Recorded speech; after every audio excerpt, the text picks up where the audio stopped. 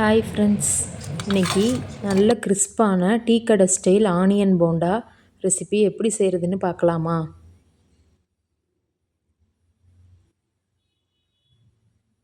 இது நல்லா வெளியே மொறுமொறுன்னு இருக்குங்க, உள்ளே நல்லா சாஃப்டாகவும் இருக்கும்.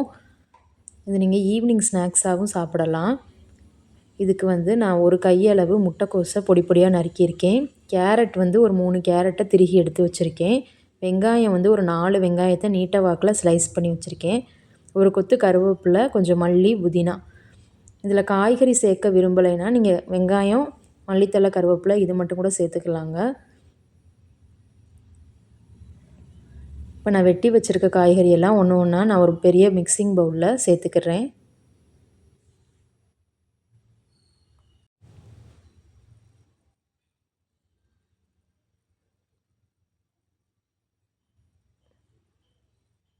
இதோட நான் 1 டேபிள் ஸ்பூன் மிளகாய்த்தூள் சேர்த்துக்கிறேன். மிளகாய்த்தூள் சேர்க்குறனால போண்டா நல்ல கலராகவும் இருக்கும்.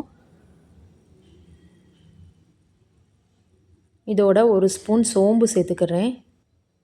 சோம்பு சேர்க்குறனால அரிமானம் நல்லாகும், வாசனையாகவும் இருக்கும். 1 ஸ்பூன் சீரகமும் சேர்த்துக்கிறேன். இதில் தேவையான அளவு பெருங்காயத்தூள் சேர்த்துக்கோங்க. இஞ்சி பூண்டு பேஸ்ட்டு இருந்துச்சுன்னா கூட 1 ஸ்பூன் சேர்த்துக்கோங்க, நல்லாயிருக்கும். இதில் கொஞ்சமாக நான் ஆப்ப சோடா, தூள் உப்பு சேர்த்துக்கிறேன்.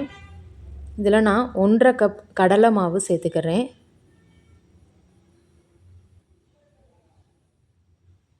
அதே கப்பில் 1/2 கப் அரிசி மாவு, 2 ஸ்பூன் கார்ன்ஃப்ளவர் சேர்த்துக்கிறேன். கார்ன்ஃப்ளவர் சேர்க்குறனால நல்லா மொறுமொறுன்னு போண்டா நல்லாயிருக்கும்.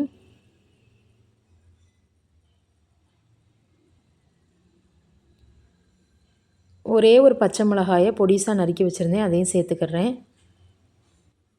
இப்போ இந்த வெங்காயத்தோட எல்லா மாவும் நல்லா கோட்டாகிற மாதிரி நல்லா மிக்ஸ் பண்ணி விடுங்க.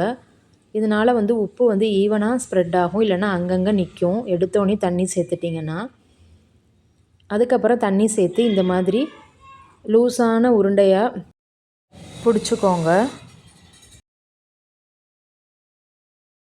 இப்போ சூடான எண்ணெய் 1 குழிக்கரண்டி நான் இந்த மாவோடு சேர்த்து பிரட்டி எடுத்துக்கிறேன். எண்ணெய் நல்லா சூடானது உருட்டி வச்ச போண்டாவை ஒவ்வொன்றா எடுத்து நீங்கள் சேர்த்துக்கோங்க. இப்படி கிள்ளி போட்டால் எண்ணெயில் விழுகணும், அந்த பதத்தில் இருக்கணும். மாவை ரொம்ப டைட்டாக பிடிச்சிட்டிங்கனாலும் போண்டா சாப்பிட்றதுக்கு கொஞ்சம் ஹார்டாக இருக்கும்.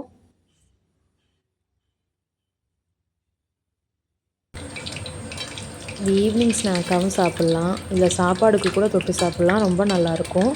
கண்டிப்பாக நீங்கள் ஒரு முறை ட்ரை பண்ணி பாருங்கள்.